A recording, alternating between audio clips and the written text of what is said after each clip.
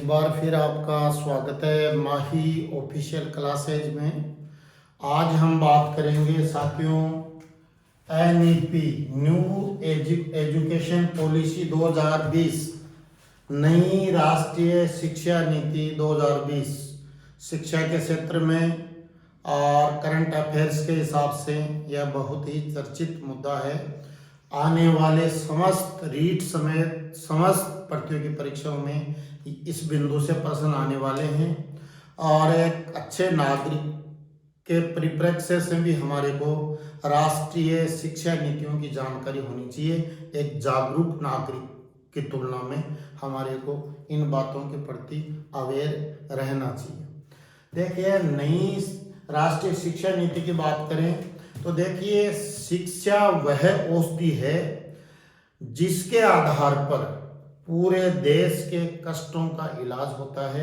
एक शिक्षित नागरिक देश का एक सच्चा राष्ट्रभक्त और अच्छा नागरिक बनता है और समाज और राष्ट्र हित में कार्य करता है।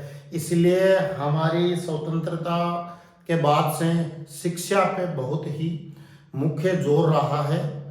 उच्च शिक्षा पे, चाहे स्कूली शिक्षा हो, वो गुणवत्तापूर्ण हो, समावेशी हो और सर्वसुलभ हो, उसका सार्वभौमिकरण हो और शिक्षा से ही राष्ट्र के भाग्य के दरवाजे खुलते हैं। तो देखिए, शिक्षा की बात करें तो भारत में जो सबसे पहली शिक्षा नीति जो है वह 1968 में आई। तो भारत की प्रथम शिक्षा नीति 1968 में घोषित की गई। बाद में इम्प्लीमेशन भी उसका हुआ और प्रथम शिक्षा नीति जब घोषित हुई उस समय प्रधानमंत्री इंदिरा गांधी थी, जिन्होंने भारत को सशक्त राष्ट्र बनाया, परमाणु शक्ति संपन्न राष्ट्र बनाया और ऑपरेशन ब्लू स्टार भी इन्हीं के समय हुआ था। पंजाब से आतंकवाद का सफाया भी इंदिरा गांधी के कामों की हैसियत है, वो लंबी चौड़ी है, जो कि भी कभी पॉलिटी के पीरियड में उनकी चर्चा करेंगे। कुल मिला के आपको ध्यान रखना है कि प्रथम शिक्षा नीति 1968 में आई और उस समय पीएम जो थी इंदिरा गांधी थी। उसके बाद में बात करते हैं तो दूसरी शिक्षा नीति 1986 में आई और इस समय प्रधानमंत्री राजीव गांधी थे, जिनको महिला सशक्तिकरण का जन्मदाता कहा जाता है। पंचायत राज का इन्होंने सुधार किया, D6 की नीति दी, यानी डिप्लोमेसी ऑफ पीस, डिसेंट्रलाइजेशन और लोकतंत्र में सुधार और बहुत सारे कार्य किए। उसमें से एक प्रमुख कार्य था दूसरी शिक्षा नीति इनके समय आई, 1986 में आई। तो नई शिक्षा नीति से पहले दो शिक्षा नीति आ चुकी है, 1968 में और 1986 में। देखिए, अब जो शिक्षा नीति आई वह 1986 की शिक्षा नीति का स्थान लेगी। इसलिए 1986 की शिक्षा नीति जो दूसरी शिक्षा नीति थी भारत की, उसको समझना जरूरी है। देखिए, 1986 की जो शिक्षा नीति थी वह 10+2 पद्धति पर आधारित थी और इसमें 6 वर्ष का बालक जो है वह विद्यालय में प्रवेश कक्षा 1 में लेता था और जब कक्षा 12 जब वो पास आउट होता था तब वह 18 वर्ष का हो जाता था वो बालक। और 10वीं के बाद में उसको 10+2 11वीं और 12वीं जो कक्षा में है वो अध्ययन करना पड़ता था और 11वीं में उसको विषय लेने पड़ते थे। तो इस प्रकार क्या है कि वर्तमान में नई शिक्षा नीति आई है और यह दूसरी शिक्षा नीति और जो नई शिक्षा नीति 2020 में आई है उन दोनों के मध्य 34 साल का अंतर है। ये भी साथियों आपको याद रखना है इस ड्यूरेशन को। देखिए, ये शिक्षा नीति 1986 वाली काफी पुरानी हो गई थी, उस समय के देश काल के हिसाब से उपयुक्त थी, पर वर्तमान में डिजिटल युग है, स्किलफुल शिक्षा चाहिए, रोजगार परक शिक्षा चाहिए और जो बच्चे हैं अभी डिजाइनर बच्चे पैदा हो रहे हैं जो दिमाग से बहुत ही तेज हैं, भले ही शारीरिक रूप से थोड़े कमजोर हों, पर वो आईक्यू लेवल उनका ज़्यादा है। उनको जो विषय वगैरह है वह कैचिंग पावर है, वो 11वीं में जाने के बजाय अभी शुरुआती कक्षाओं में वो विषय लेकर उनको पढ़ने में सक्षम है, डिजिटल कार्य करने में सक्षम है और एक प्रकार से नेचुरल से डिजिटल बच्चे आ रहे हैं। तो इन्हीं देशकालीन परिस्थितियों को देखते हुए अब जो है नई शिक्षा नीति आई है, जो 1986 वाली दूसरी शिक्षा नीति जो 10+2 जिसका बेस था उसके स्थान पर नई शिक्षा नीति जो है वह नई शिक्षा नीति 2020 में आई है। उसकी चर्चा करें उससे पहले मैं आपको बताना चाहूँगा कि भारत में जो है प्रथम जो स्वतंत्रता के बाद में शिक्षा मंत्री थे APJ अब्दुल कलाम साहब थे, और जो मानव संसाधन विकास मंत्रालय है वह पहले 1947 से शिक्षा मंत्रालय के नाम से साथियों जाना जाता था, शिक्षा मंत्रालय। बाद में राजीव गांधी जब प्रधानमंत्री बने और 10+2 वाली 1986 की शिक्षा पद्धति लागू की तो शिक्षा मंत्रालय का नाम जो है उन्होंने मानव संसाधन विकास मंत्रालय कर दिया। परंतु नई शिक्षा नीति में पुराने मार्ग पर चलते हुए पुरानी व्यवस्था को पुनः जीवित किया गया है और मानव संसाधन विकास मंत्रालय का नाम जो है पुनः शिक्षा मंत्रालय कर दिया गया है। और साथ साथ जो है मानव संसाधन विकास मंत्री की जगह शिक्षा मंत्री जो है वो भारत के बना दिए गए हैं। तो इस बात को भी आपको ध्यान में रखना है। अब देखिए आते हैं मुख्य बिंदु पे, नई राष्ट्रीय शिक्षा नीति 2020। तो देखिए नई राष्ट्रीय शिक्षा नीति 2020 है, तो काफी समय से इसकी आवश्यकता महसूस की जा रही थी और इसके मसौदे के लिए 2017 में आपको याद रखना है 2017 में नई शिक्षा नीति 2020 की ड्राफ्टिंग करने के लिए एक कमेटी बनाई गई और उस कमेटी में 8 सदस्य थे। ये आपको ध्यान रखना है 8 सदस्य थे और के कस्तूरी रंजन इस 8 सदस्यीय कमेटी के अध्यक्ष थे, जो इसरो के भी पूर्व अध्यक्ष थे, Indian space and research organisation यानी भारतीय अंतरिक्ष एवं अनुसंधान परिषद के अध्यक्ष रहे हुए हैं। काफी अनुभवी वैज्ञानिक व्यक्ति थे। इनके नेतृत्व में 2017 में 8 सदस्यीय जो है कमेटी का गठन किया गया।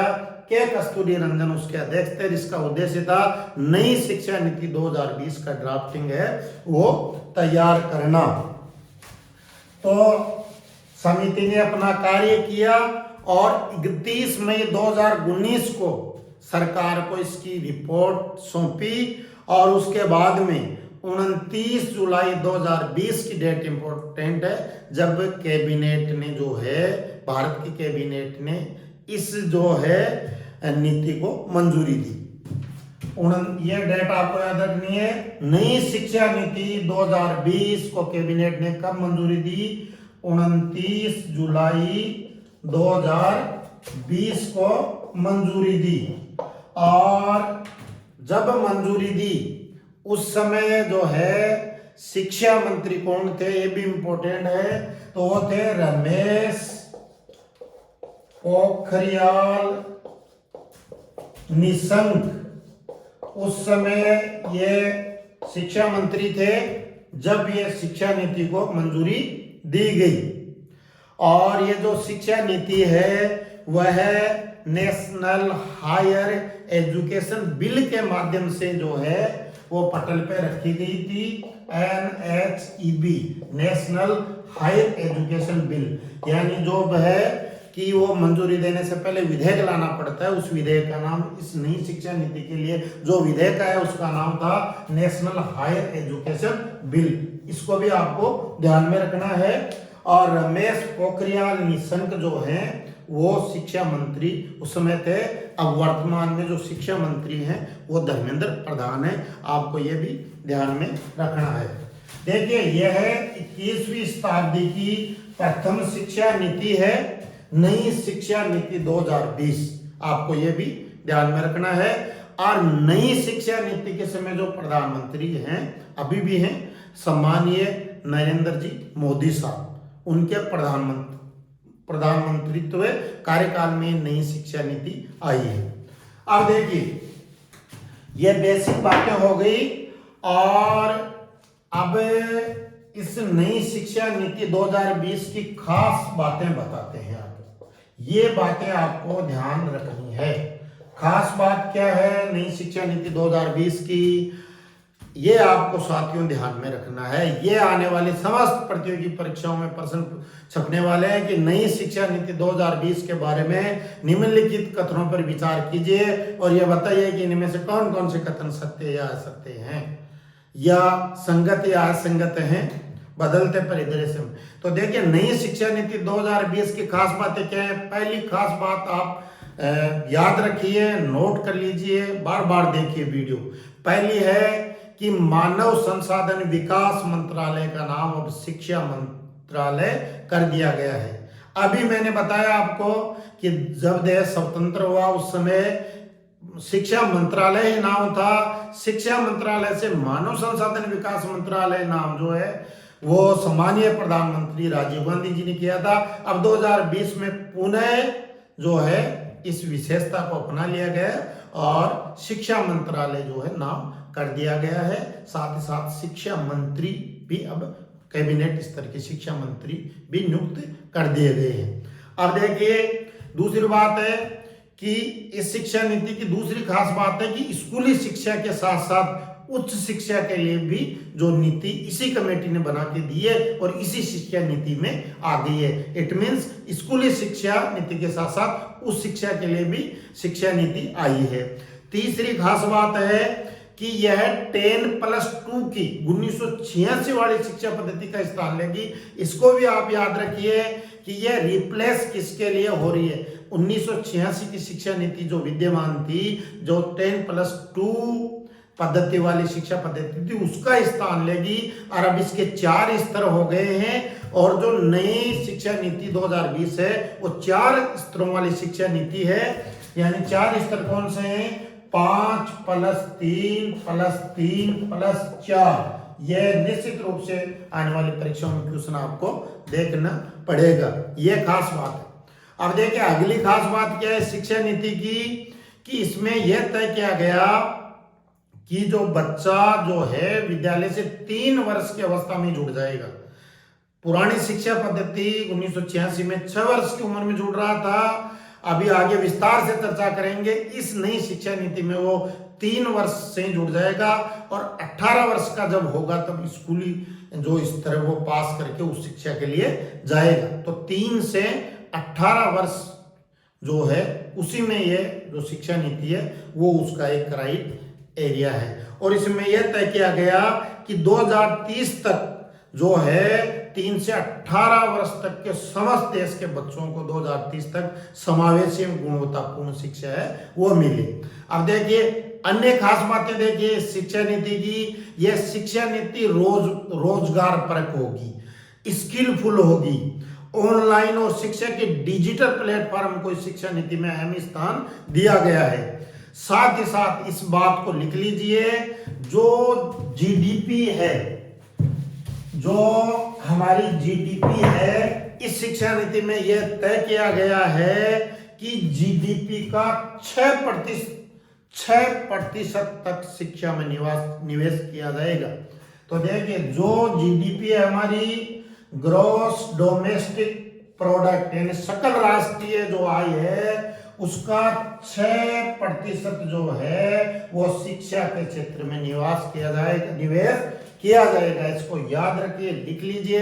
ये इसमें से क्वेश्चन निश्चित रूप से आने वाला है कि नई शिक्षा नीति में से जीडीपी में से कितना प्रतिशत वेटेज दिया गया है। जीडीपी का 6% शिक्षा के लिए रिजर्व रहेगा। वर्तमान में कितना चल रहा था? लगभग 4.43% चल रहा था। इसको भी साथियों आपको याद रखना है। देखिए अब इस शिक्षा नीति कि एक और बहुत ही महत्वपूर्ण जो विशेषता है वह यह है कि इस शिक्षा नीति के द्वारा यह लक्ष्य रखा गया कि वर्ष 2030 तक, वर्ष इसको देखिए लुक एट, वर्ष 2030 तक जो है GER यानी ग्रॉस एनरोलमेंट रेटियो, सकल जो है प्रवेश अनुपात है, यानी छात्र और विद्यालय में वह 100% करने का लक्ष्य रखा गया है। जो सकल छात्र अनुपात विद्यालय में प्रवेश का है, यानी सकल छात्र प्रवेश अनुपात कहाँ, विद्यालय में, वह 100% रखा गया है। कब तक? 2030 तक। कैसे? इसको उदाहरण के द्वारा सीखिए। इस शिक्षा नीति में यह तय किया गया है कि मान लीजिए 2030 तक देश में जो पढ़ने वाले बच्चों की संख्या 15 लाख है फॉर एग्जाम्पल, तो 15 लाख, तो 15 लाख के 15 लाख जो बच्चे हैं वह कहाँ होने चाहिए? विद्यालयों में होने चाहिए, यानी ड्रॉप आउट बिल्कुल समाप्त होना चाहिए। पढ़ने योग्य बच्चे 15 लाख हैं तो विद्यालयों में 15 लाख होने चाहिए, यानी ग्रॉस एनरोलमेंट जो रेशियो है वह 2030 तक जो है 100% रखने का जो टारगेट इस शिक्षा नीति में जो लिया गया है। और इसके लिए क्या करना पड़ेगा? ड्रॉप आउट 2 करोड़ बच्चों को 2030 तक जो है वो विद्यालय या शिक्षा से जोड़ा जाएगा। अब देखिए, इसके अलावा यह बताते हैं कि अन्य खास बात क्या है।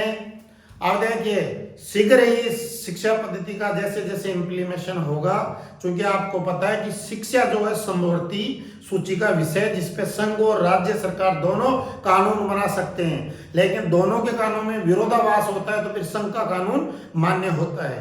तो आपको ये भी ध्यान रखना चाहिए कि यह समवर्ती सूची का विषय है जो राज्य एक निश्चित प्रक्रिया के बाद अपने यहाँ उसको लागू करते हैं।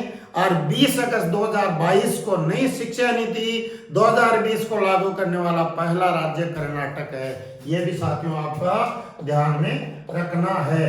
कब लागू की? कर्नाटक ने समस्त जो औपचारिकताएं पूरी करके, विधायी औपचारिकताएं कर्नाटक ने 20 अगस्त 2022 को है कर्नाटक ये नई राष्ट्रीय शिक्षा नीति लागू करने वाला पहला स्टेट भी बन गया है। और ऐसी आशा की जाती है कि जल्दी ही नई शिक्षा नीति 2020 का सार्वभौमिकरण हो जाएगा।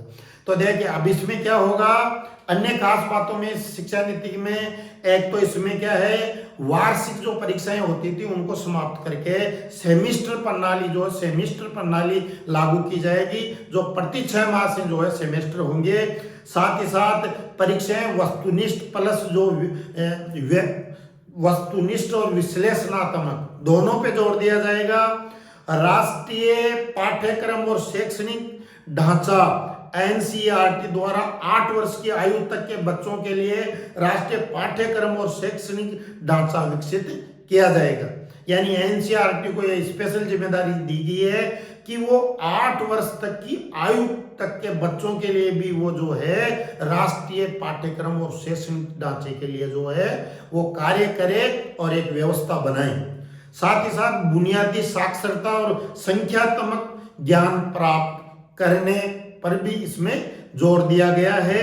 और वर्ष 2025 तक तीसरी कक्षा तक के लिए सार्वभौमिक बुनियादी साक्षरता का भी टारगेट रखा गया है।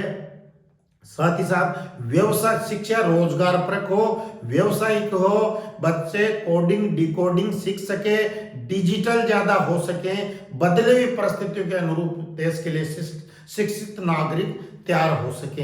ये बहुत सारी जो है विशेषताएं जो नई शिक्षा नीति की है। अब देखिए, नई जो शिक्षा नीति आई है वो उच्च शिक्षा के लिए भी आई है और इसी में स्कूली शिक्षा के लिए भी आई है। तो पहले स्कूली शिक्षा के लिए जो फार्मूला आया है 1986 की जो शिक्षा नीति है 10+2, उसकी जगह जो नई जो राष्ट्रीय शिक्षा नीति 2020 आई है वो स्कूली शिक्षा के लिए उसका ढांचा क्या है, यह बहुत ही इंपॉर्टेंट है। इसको देखते हैं। तो देखिए, सबसे पहले बात करेंगे स्कूली शिक्षा के ढांचे की। तो स्कूली शिक्षा के ढांचे की बात करेंगे तो उस 10+2 की जगह 5+3+3+4। देखिए बहुत इंपॉर्टेंट, इसको समझिए। पहला जो 5 है वो 5 वर्ष के कालखंड को प्रदर्शित करता है। इसको इस प्रकार समझिए कि यहां ये जो पहला 5 है, 5, तो ये 5 का मतलब है कि ये जो पहला चरण चलेगा उसकी समय अवधि 5 वर्ष होगी। अब 5 वर्ष में क्या होगा, जो पहली स्टेज है उसका नाम सबसे पहले तो आप याद रखिए फाउंडेशन स्टेज होगी। फाउंडेशन स्टेज इसको बोला गया है। ये फाउंडेशन स्टेज में गतिविधियां 5 वर्ष चलेंगी। अब 5 वर्ष कैसे चलेंगी, आप देखिए इसको। 3 वर्ष का बालक या बालिका, 3 वर्ष का छात्र या छात्रा जो है वो कहां प्रवेश लेगा, इसको सबसे पहले तो इस प्रकार समझिए कि नई शिक्षा नीति में आंगनबाड़ियों को भी जो है वो विद्यालयों में मर्ज कर दिया गया है। तो विद्यालय कैंपस में आंगनबाड़ी होगी और बच्चा उस आंगनबाड़ी में जो विद्यालय कैंपस में होगी उसमें 3 वर्ष की अवस्था में प्रवेश लेगा। याद रखिए इसको।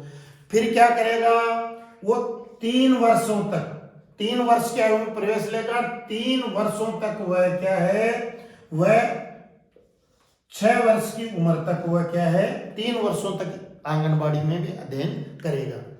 अब देखिए इसके बाद में वो जब 3 वर्ष पूरे कर देगा तो 6 वर्ष की जो उम्र है उसमें वो कक्षा 1 में प्रवेश लेगा। तो 7 वर्ष की उम्र में कक्षा 1 पास कर लेगा और बाद में 8 वर्ष की उम्र में कक्षा 2 पास कर लेगा।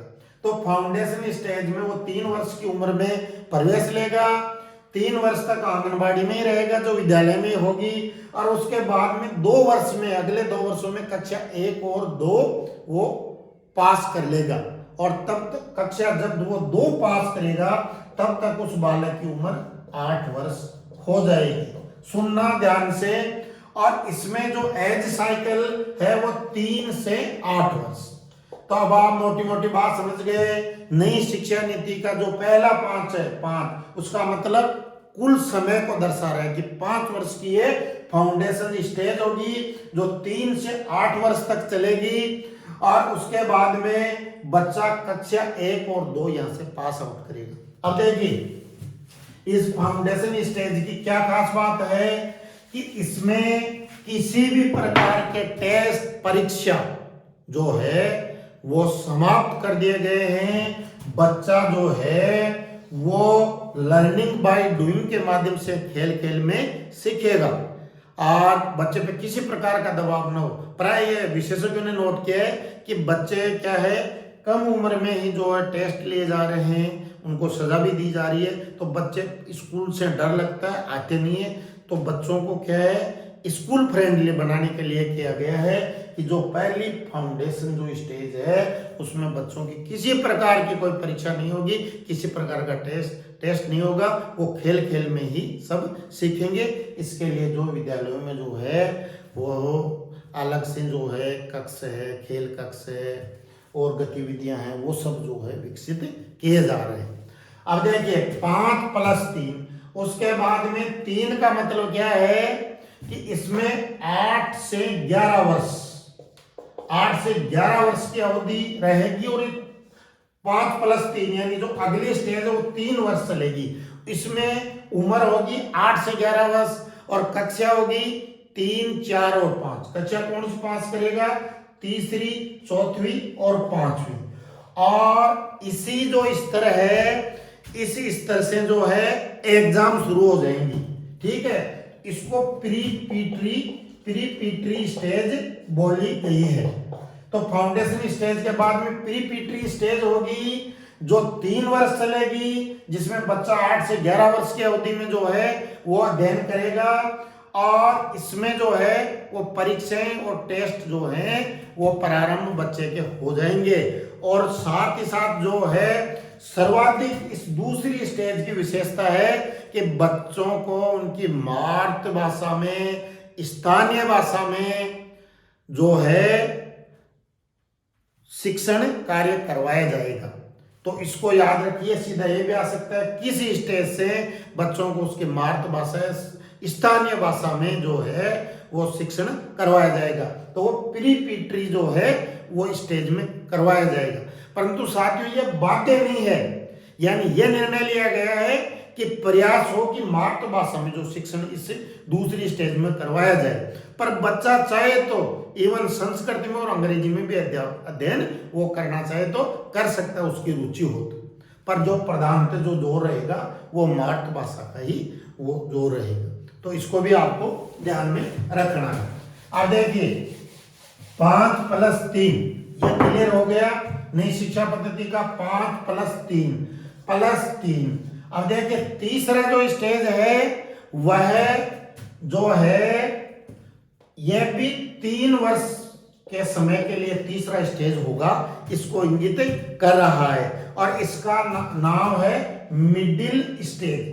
मिडिल स्टेज, और इस मिडिल स्टेज में जो बच्चा है वो कक्षा 6, 7, 8 पास करेगा। कक्षा 6, कक्षा 7 और कक्षा 8 पास करेगा। और जो एज ड्यूरेशन बच्चे की तीसरी स्टेज में रहेगी, 11 से 14 वर्ष तक की अवस्था तक बच्चा तीसरी मिडिल स्टेज में रहेगा। कक्षा 6, 7 और 8 वो पास करेगा। देखिए इस मिडिल स्टेज में जो है, जो सबसे सर्वाधिक खास बात है मिडिल स्टेज की, इसमें जो बच्चे को है व्यावसायिक बनाने पे, प्रोफेशनल बनाने पे जोर दिया जाएगा। तो ये भी क्वेश्चन आ सकता है कि किस नई शिक्षा नीति में किस स्टेज पे बच्चे को प्रोफेशनल या व्यावसायिक बनाया जाएगा या व्यावसायिक शिक्षा देने का जो है वो जोर रहेगा। तो वो तीसरी स्टेज है मिडिल स्टेज, जो 11 से 14 वर्ष तक चलेगी, जिसमें बच्चा 6, 7, 8 पास करेगा। इसी समय बच्चे की सारी शक्तियां जागृत रहती हैं। तो इसलिए बच्चों को क्या सिखाया जाएगा? बच्चों को यहीं से कंप्यूटर में दक्ष बनाया जाएगा, उसको सिलाई में, उसको कढ़ाई में, उसको बुनाई में, और जो उसका एटीट्यूड है, जो अंतर्निहित उसकी क्षमताएं हैं, उसको निखार के सामने लाई जाएंगी। और इवन उसे नई शिक्षा नीति में यह भी कहा गया कि बच्चे को कोडिंग भी यहीं से सिखाई जाए। तो इस प्रकार ये तीसरी जो है वो स्टेज होगी। अब देखिए नई शिक्षा नीति का जो फार्मूला मैंने बताया, स्कूली शिक्षा का 5+3+3+4। तो जो चौथी जो है वह सेकेंडरी स्टेज होगी। चौथी स्टेज का नाम होगा सेकेंडरी स्टेज।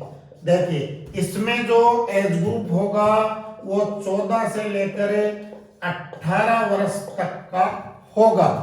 14 से 18 वर्ष तक का होगा और इसकी समय अवधि 4 वर्ष होगी। 4 वर्ष होगी। और इसमें बच्चा कौन कौन सी क्लास पास करेगा? 9वीं, 10वीं, 11वीं और 12वीं कक्षा करेगा। तो ये सेकेंडरी स्टेज होगी। अब देखिए इसमें क्या मूलचूल पर बदलाव किया गया है। 10+2 शिक्षा पद्धति जो इससे पहले थी, उसमें बच्चा 11वीं में जाके विषय चयन करता था। अब विषय चयन की स्वतंत्रता कक्षा 9 से ही हो जाएगी। और अब मल्टीपल क्रॉस विषय भी छात्रा विषय ले सकेंगे। कैसे? जैसे विज्ञान कोई लेना चाहता है लेकिन उसकी रुचि पॉलिटिकल साइंस में भी है, तो वो विज्ञान विषय के साथ साथ पॉलिटिकल साइंस भी ले सकेगा, या कॉमर्स के साथ साथ वो गणित भी ले सकेगा। इसको इस प्रकार समझिए आप। फॉर एग्जाम्पल जैसे मान लीजिए कि एक माही नाम की छात्रा है और उसने कक्षा 8 पास करके वो 4th स्टेज यानी सेकेंडरी स्टेज में आ गई और 9वीं कक्षा में आ गई। अब माही की जो रुचि है वह राजनीति विज्ञान में सबसे ज्यादा है। मान लीजिए माही की रुचि, तो वो क्या करेगी? जो 3 विषय लेगी उसमें राजनीति विज्ञान भी ले लेगी। उसके अलावा माही की रुचि मान लीजिए कंप्यूटर में है तो वो कंप्यूटर भी ले लेगी। उसके अलावा माही की रुचि गणित में है तो वो गणित भी ले लेगी। तो इस प्रकार जो है विषय चयन की जो है वो स्वतंत्रता दी गई है। तो आपको ध्यान में रखना चाहिए कि स्कूली ढांचा में आमूलचूल परिवर्तन किए गए हैं। 10+2 की जगह 5+3+3+4 का फार्मूला अपनाया गया है। जो पहला 5 है वो फाउंडेशन स्टेज है, उसके बाद में जो है प्रीपेटरी स्टेज है, फिर मिडिल स्टेज है और उसके बाद में सेकेंडरी स्टेज है। और पूरा जो शिक्षा जो पाठ्यक्रम है स्कूली, वो बच्चा 3 वर्ष में स्कूल से जुड़ेगा और 18 वर्ष में जो है वो पास आउट होकर बाहर निकल जाएगा। जबकि पुरानी शिक्षा पद्धति में बच्चे का जुड़ाव 6 वर्ष में होता था और 18 वर्ष में जो है वो पास आउट होकर निकल जाता था। इन सब बातों को साथ में ध्यान रखना है। अभी मैंने एक बात बताई कि ये जो नई शिक्षा पद्धति है वह स्कूली शिक्षा के साथ साथ उच्च शिक्षा के लिए भी जो है वो इसमें प्रावधान किए गए हैं। तो देखिए उच्च शिक्षा में क्या होगा, उस शिक्षा में भी आमूलचूल परिवर्तन किए गए हैं। अब 4 साल का डिग्री प्रोग्राम होगा। 4 साल का डिग्री प्रोग्राम होगा। कोई 1 वर्ष उसमें कोर्स करता है डिग्री प्रोग्राम में स्नातक में, तो उसको सर्टिफिकेट दिया जाएगा। 2 वर्ष का करता है तो डिप्लोमा दिया जाएगा। 3 वर्ष में डिग्री दी जाएगी। और अगर वो 4 वर्ष के डिग्री प्रोग्राम में भाग लेता है तो उसे रिसर्च के साथ जो है वो डिग्री दी जाएगी। और मल्टीपल एंट्री और एग्जिट सिस्टम भी होगा उस शिक्षा में। उस शिक्षा में क्या होगा कि मल्टीपल एंट्री और एग्जिट सिस्टम भी होगा। इसका मतलब क्या है कि पुरानी उच्च शिक्षा पद्धति में क्या था, जैसे 3 वर्षीय कोई स्नातक डिग्री कर रहा है, उसने 2 साल की और फिर गैप दे दिया, लंबा नहीं की, तो वो 2 साल उसके खराब चले जाते थे। अब मान लीजिए कोई बालक परिस्थितिवश जो 4 वर्षीय मैंने बताया डिग्री प्रोग्राम है स्नातक का, उसमें 1 ही साल करता है तो उसको सर्टिफिकेट तो मिल जाएगा। मान लीजिए फिर वो 6 साल प्लान कर जाता है लेकिन फिर वापस मल्टीपल एंट्री करता है एग्जिट होने के बाद में वापस, तो वो जब पुनः 2 साल और अगर डिग्री कर लेगा तो उसको डिग्री मिल जाएगी। और 3 साल कर लेगा तो रिसर्च के साथ डिग्री मिल जाएगी। तो इसमें कभी भी बच्चा जो है पढ़ाई छोड़ विमुख होने के बाद दोबारा उसके भावना जगती है, प्रेरित होता है, उस शिक्षा ग्रहण करती है तो उसकी जो पहले के जो किए हुए 1-2 साल की जो डिप्लोमा या जो सर्टिफिकेट है वो है व्यर्थ नहीं जाएगा। तो ये सिस्टम किया गया है। और मैंने बताया कि ये खास विशेषता है कि 4 वर्षीय डिग्री प्रोग्राम हो गया है। मान लीजिए 1 वर्ष में बच्चा पढ़ता है तो उसको सर्टिफिकेट मिलेगा, उसके बाद में भी वो एग्जिट हो सकता है। 2 वर्ष का वो डिग्री प्रोग्राम करता है तो उसको डिप्लोमा मिलेगा।